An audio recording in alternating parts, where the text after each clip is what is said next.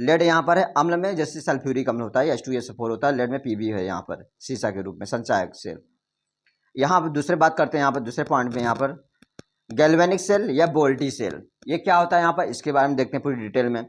इस सेल में रासायनिक सेल क्या होता है, इस वीडियो के लास्ट तक आप लोग बने रहिएगा। हमारे चैनल पर नए हैं, चैनल को लाइक एंड सब्सक्राइब जरूर कीजिएगा।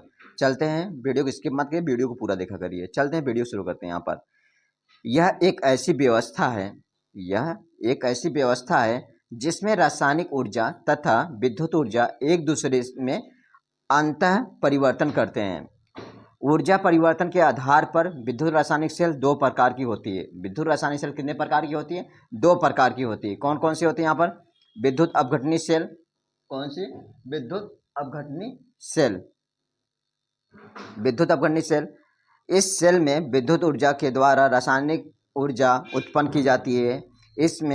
इनमें बाह्य विद्युत धारा की सहायता से असतत रेडॉक्स अपक्रिया संपन्न कराई जाती है। जैसे यहाँ पर एग्जाम्पल की बात करते हैं, यहाँ पर लेड अम्ल बैटरी। लेड यहाँ पर है अम्ल में, जैसे सल्फ्यूरिक अम्ल होता है H2SO4 होता है, लेड में Pb है यहाँ पर सीसा के रूप में संचायक सेल। यहाँ पर दूसरे बात करते हैं, यहाँ पर दूसरे पॉइंट में यहाँ पर गैल्वेनिक सेल या बोल्टी सेल, ये क्या होता है यहाँ पर, इसके बारे में देखते हैं पूरी डिटेल में। इस सेल में रासायनिक ऊर्जा को विद्युत ऊर्जा में परिवर्तित किया जाता है। इस सेल में रासायनिक ऊर्जा को विद्युत ऊर्जा में परिवर्तित किया जाता है। इनमें सतत रेडॉक्स अपक्रियाओं के कारण विद्युत धारा उत्पन्न होती है। रेडॉक्स अपक्रियाओं के कारण विद्युत धारा उत्पन्न होती है। उदाहरण के लिए बात करते हैं डैनियल सेल। डैनियल सेल की बात करते हैं यहाँ बात करते हैं डैनियल सेल में। यहाँ पर डैनियल सेल एक बोल्टी सेल है। इस सेल में दो प्रकार के विलयन यानी यहाँ पर कॉपर सल्फेट और जिंक सल्फेट का प्रयोग किया जाता है। यहाँ पर इन दोनों विलयनों के लवण सेतु के द्वारा संपर्कित किया जाता है।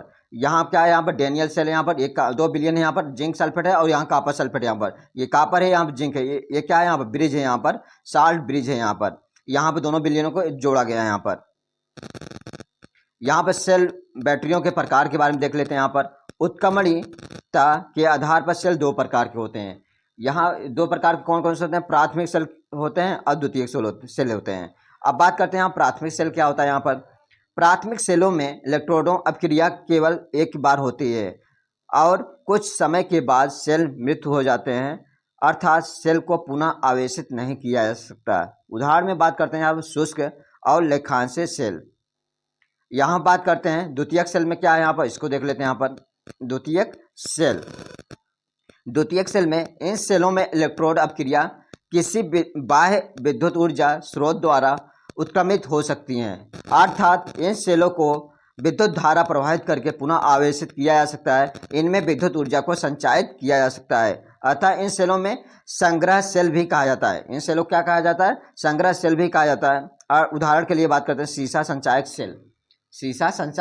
सेल। ये यहाँ तक क्या था, यहाँ हमने आज सीखा यहाँ पर विद्युत रासायनिक सेल क्या होता है। यहाँ पर इसके बारे में बताया। यहाँ पर ये दो प्रकार के होते हैं, विद्युत अपघटनी सेल होता है और गैल्वेनिक सेल या वोल्टिक सेल होता है। और यहाँ पर सेल बैटरियों के प्रकार कितने प्रकार के? दो होते हैं, प्राथमिक सेल और द्वितीयक सेल होता है। आज इस वीडियो में इतना ही। अपना वीडियो हम यहीं समाप्त करें। थैंक यू, जय हिंद।